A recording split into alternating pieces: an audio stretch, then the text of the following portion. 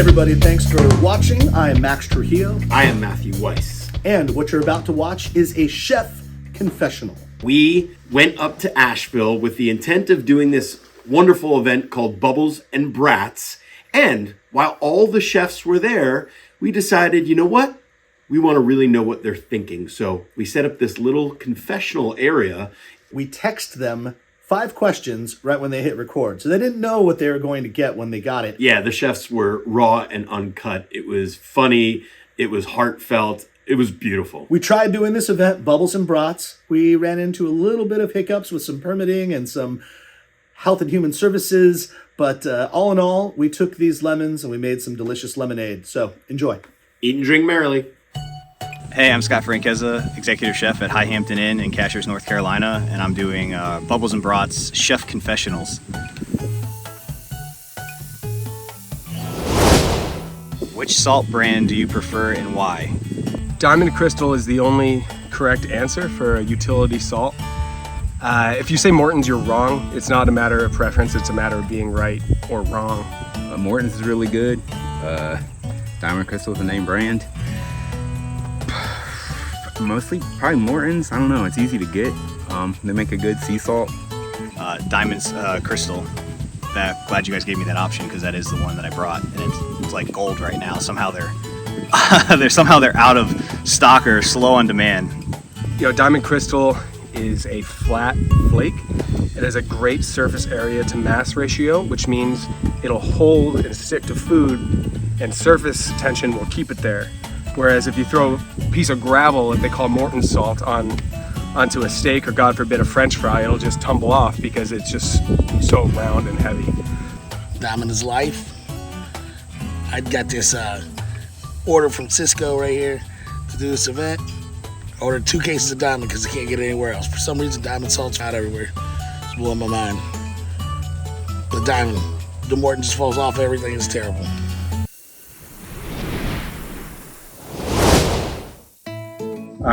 Would I rather have a single award-winning restaurant where I am the owner and head chef? Sounds exhausting. Or would I prefer to have a chain of successful concepts but remain relatively unknown? Definitely the second one. That's kind of my whole thing. I am the company chef for 2 restaurant groups, and I name everybody who, runs each individual restaurant executive chef. I don't really need to be defined. I just like, trying to help businesses, the businesses that I work for, make money and make people in the kitchens happy, and empower teams to really do a good job and do what they're proud of. I consider myself more of a resource than a chef. I'm not in any single kitchen any day, unless there's something wrong and I have to fill a gap. I'd much rather be behind the scenes, being supportive, writing recipes or co-writing recipes, co-writing menus. Honestly, I want a beach house, so that's the fastest way to do that. So chains, want the chains, get all the chains, make the money. I'd like an award. I would like an award for like my restaurant or the restaurant that I work for. I would love High Hampton to get something someday, or I don't know, the future. But I'd love to have a family someday, and sometimes that conflicts. I would rather have a single award-winning restaurant where my husband Scott and I are the owners and head chefs. So maybe having a fast casual chain like a Wolfgang Puck's or something would be cool. I mean, obviously like a Best Chef Southeast, something would be really cool. I think that would be enriching, rewarding, exciting, hard, fun.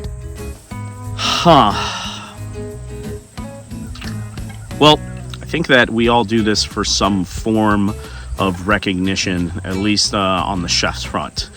But if you want to talk about the longevity of your career and your monetary fortitude, I'd say probably a mix of both. If I could, that would probably be preferable if I could have a little bit of both.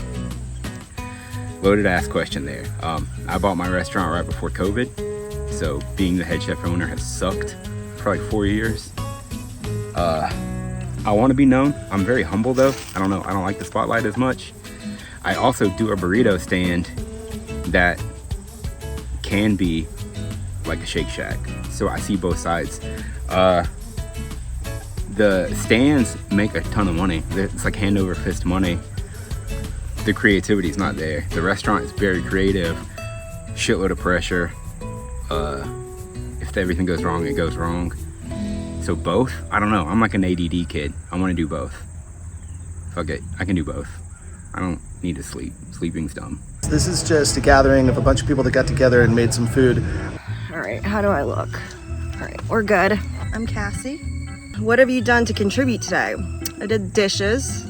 Make drinks. Kind of help with logistics and planning. I've done lots and lots of events, and this one was much tougher. Asheville, Buncombe County, they made this harder than it needs to be. I wouldn't say that I am totally stoked on what happened. I'm very upset that we weren't able to get permission and permitting from Buncombe County, and I do feel like there was more to it than just simply not approving us. I feel like they kind of went after us because they didn't want us to make profit. They shut down a good time. Like James Beard Award-winning chefs here, and they're like, well, we need to help you with how to do food prep. I'm like, we know more about food prep than any of your staff is ever going to know. Ever. Ever. Looking back at my career, what do I wish I had done differently up until this point? Oh, God. Exercise, diet, take care of myself, get off my feet some. I think if I would have listened to a couple other chefs, maybe a little bit more in depth over time, I might have navigated around some of the obstacles that I faced. I wish I think being a shithead line cook is kind of part of the rite of passage, but I might have taken that a little too far sometimes. I wish I would have started earlier. I didn't start becoming a professional chef until I was 30. When I lived in New York City, I only ever worked in bakeries, and I really wish I had taken a chance and worked at some restaurants. I kind of wish I would have spent more time in New York. I learned a lot. I did a lot up there.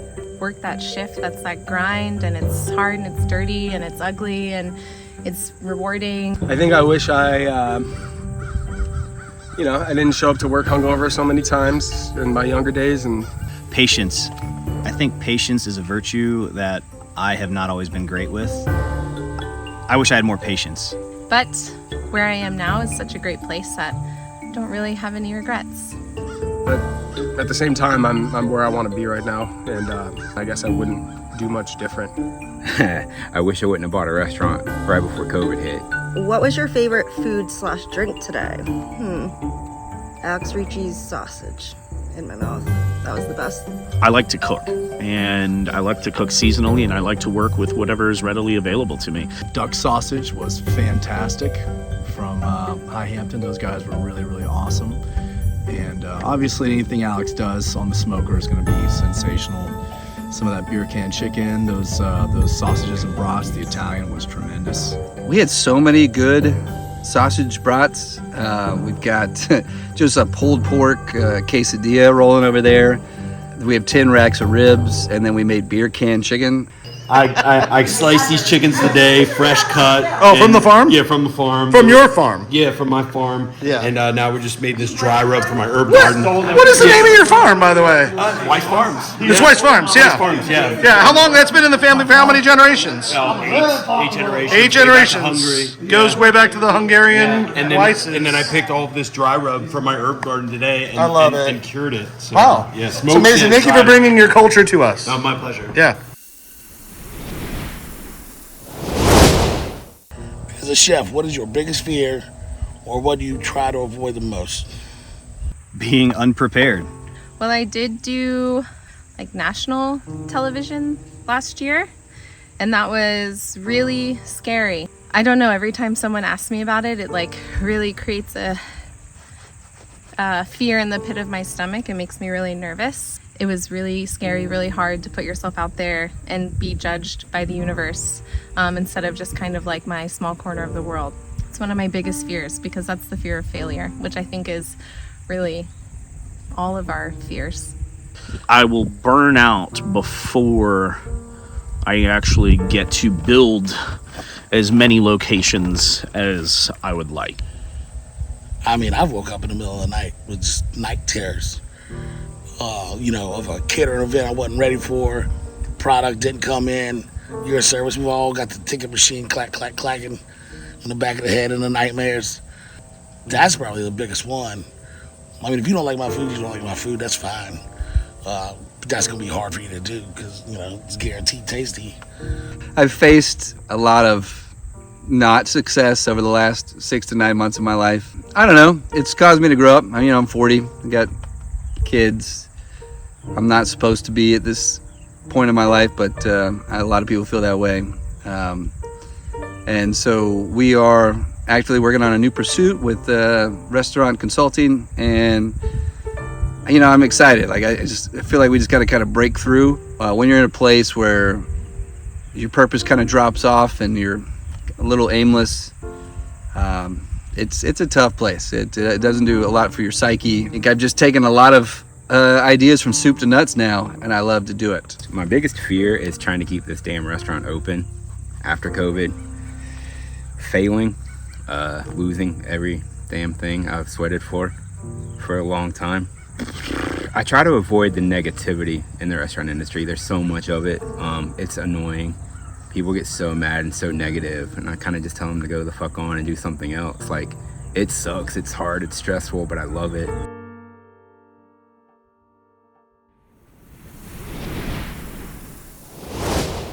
What dish are you most proud of / your signature dish?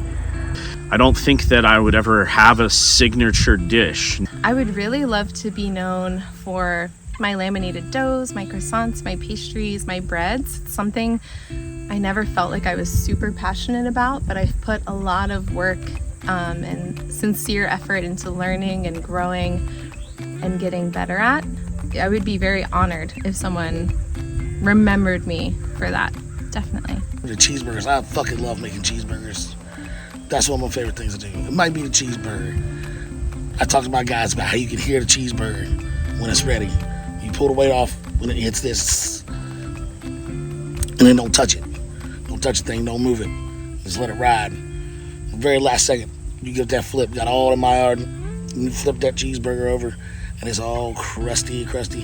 Slap that room temp American on it, just, whoa, rise right through, baby. Yeah, that makes my nipples hard.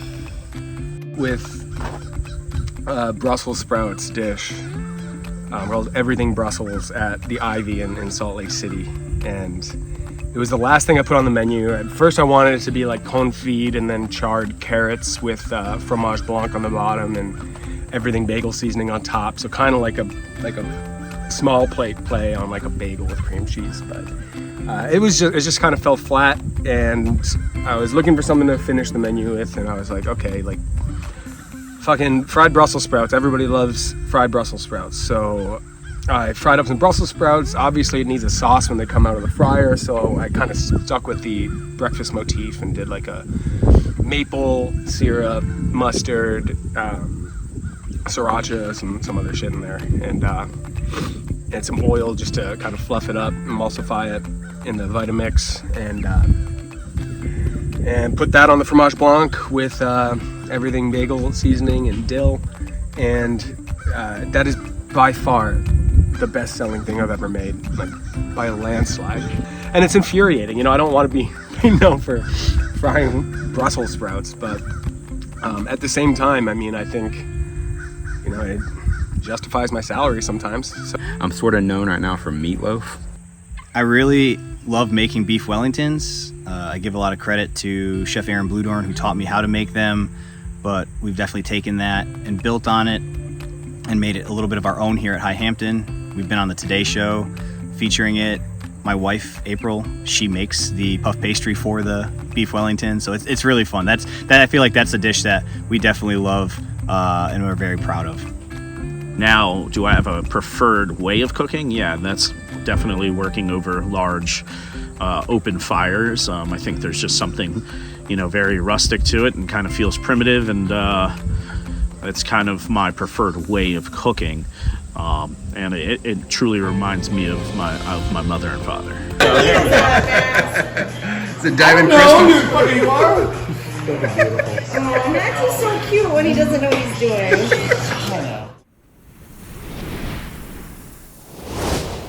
What's the dish you want to be known for? That's again a loaded question. I'd rather be known for having kind of a style or a lens than having a specific dish that I do really well. I'd rather be that person who nobody knows what the hell I'm gonna do than the person who does that thing really well. I want to be known as the guy that's not afraid to like push the button, not afraid to like make you ask what the heck I just cooked. Thank you for allowing me to make all your ribs for you, Max. I really appreciate you.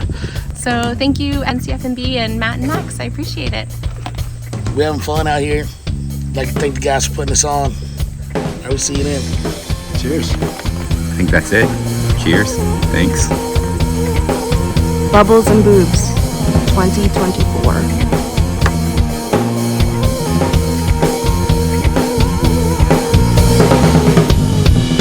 Thanks for listening to the NCF&B podcast. And if you've stuck with us this long, review us on iTunes and remember, 5 stars are encouraged.